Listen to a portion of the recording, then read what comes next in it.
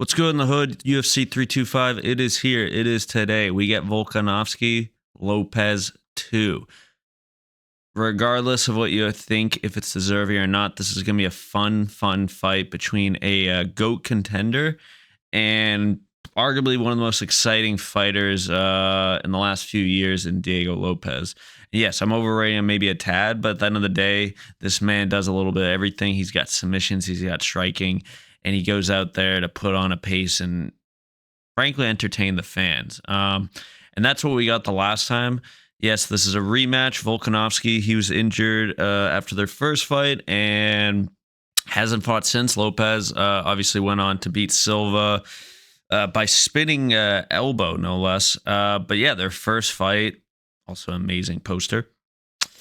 Their first fight, like I said, went 5 rounds back in April 2025. Went the full 5 rounds and strikes crazy in favor of Volkanovski. But yeah, 165 to 71, 158 significant strikes to 63. I don't remember the deficit being that much, especially it's crazy too that Lopes was the only one with the knockdown. But nonetheless, they put on a pretty good war.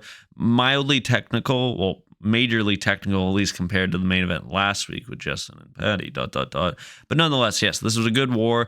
Dana probably recognized that. They're back down under, and they booked it again. And Lopes, he got a good win, so at least he has that merit going for him. Volkanovski, like I said, a little older, had some injuries, so he wasn't able to be as active as he keeps claiming he wants to be.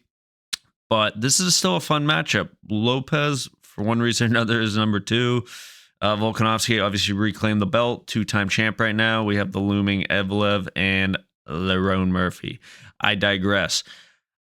I'm going to say that Volkanovski, regardless of, and if you know, Ric Flair retirement tour, Vince McMahon, regardless of Volkanovski already hinting that retirement is looming on his radar, I'm going to take him, and I'm going to take him by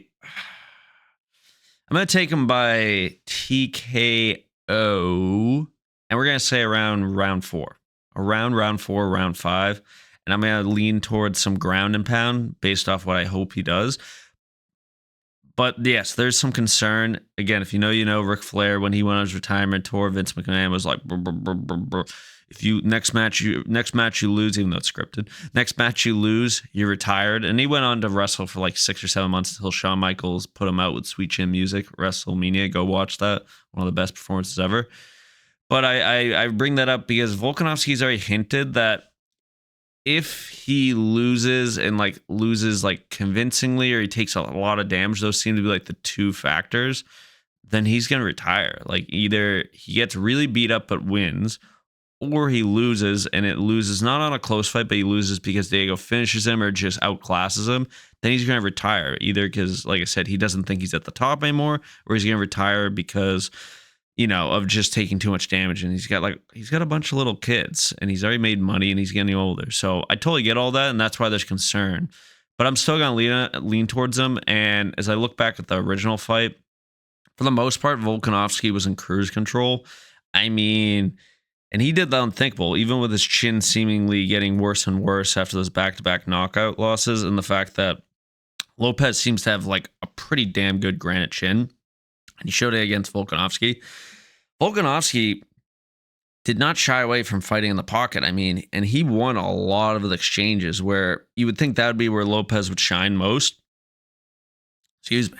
Volkanovski, he would play the range, but every time they would go into the pocket, he would go in there and he would trade the heat. And sure, he got cracked that one time where he got knocked down, trying to kind of fade away and distance out.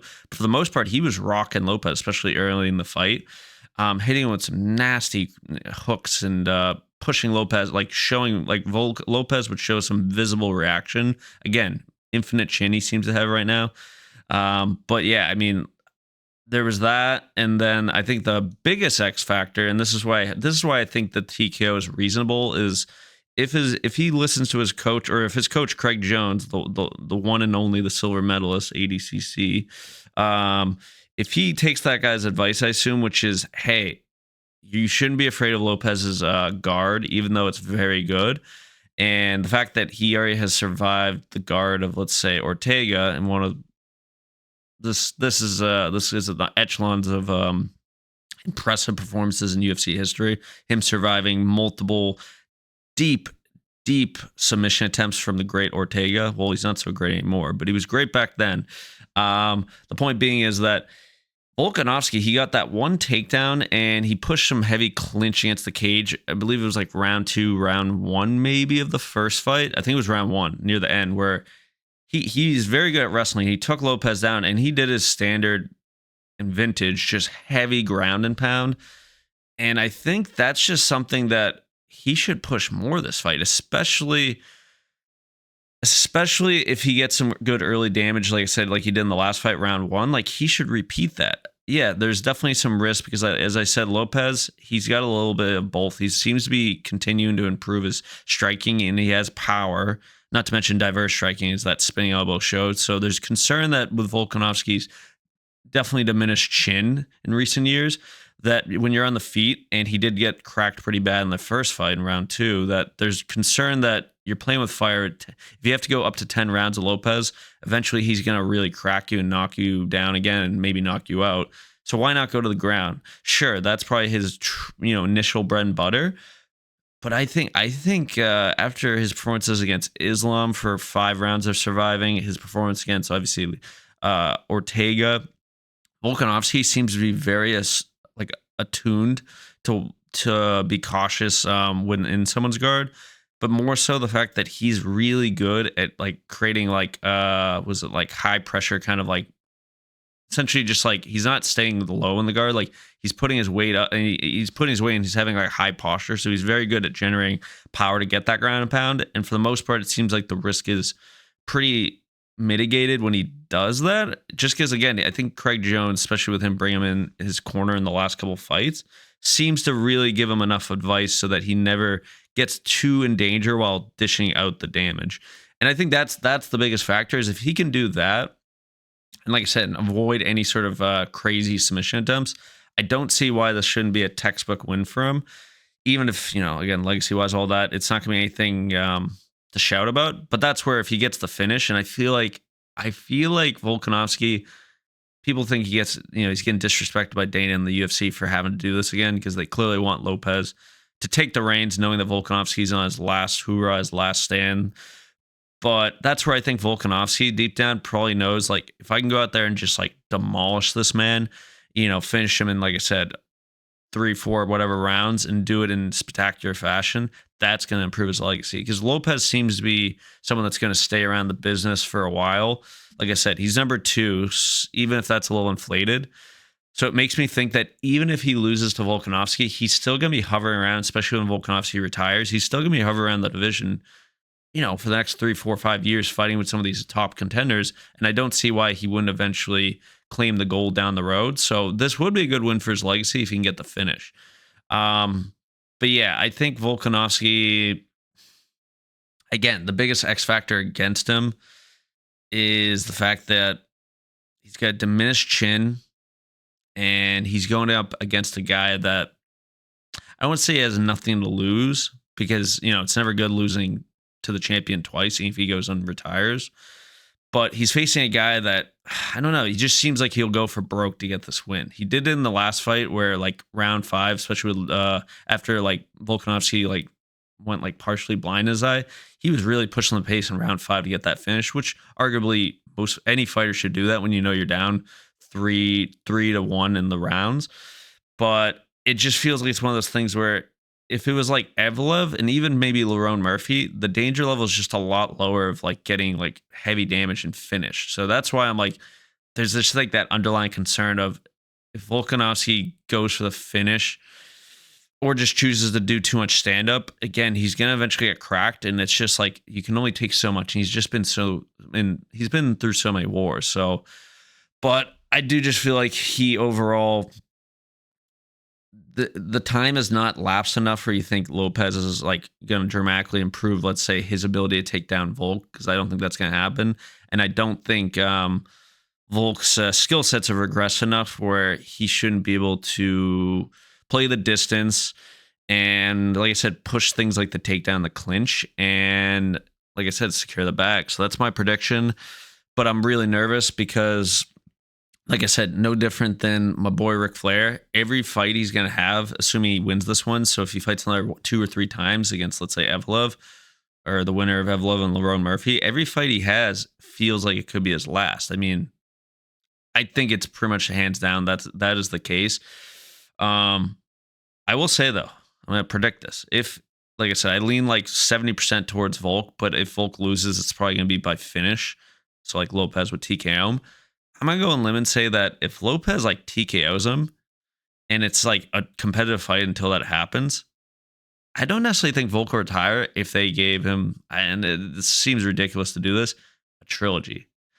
Yes, like it's definitely not good for the sport if folks can do that. Whatever it is, I'm just saying that I feel like that is actually an underlying possibility, is that we get the trilogy because they're 1-1. Volkanovski easily won the first. Let's say Lopez is losing, but then gets the TKO in the second. They're gonna. It would be very fair, or it could be very realistic that they run a trilogy.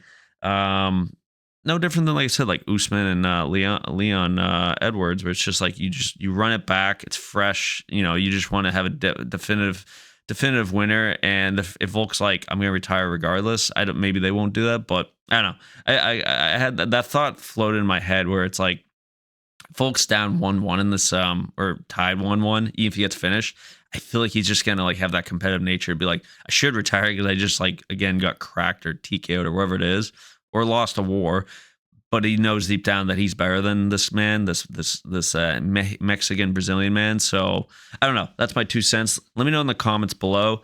Are you concerned for Volk? Because I think clearly even though the odds are crazy close, -150 to +135. That's the current fight odds. Last fight, it was -162 to 136. So they have slightly less confidence, very slightly less confidence in Volkanovski the second time around, probably just because he's inactive, and Lopez obviously has a nice flashy finish to his name against a pretty good contender in was it Gene Silva's number 6. So wow, +4. But yeah, let me know in the comments. Well, who do you think you're actually going with? But also the real conversation is Volk. Like, what's his trajectory? I mean, is retirement inevitable? I can't pronounce. And if he does win, where does he go from here? I mean, there's a lot of different options. I mean, if you've been keeping up the rumors, who called him out? Oh yeah, Arman, crazy number 2 now.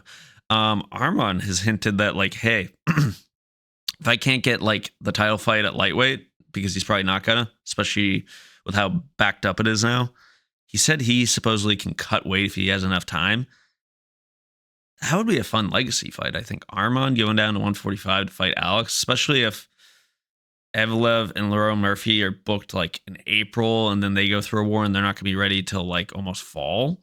And I feel like Volkanovski, because it's January, he's going to maybe want to try to fight around May, June, maybe on the White House. So that could be a fun fight. Zero chance Dana books that, but I don't know. That'd be a fun fight. Subscribe, comment, like, do that thing. Help out this young dog, this casual, and enjoy the fights tonight.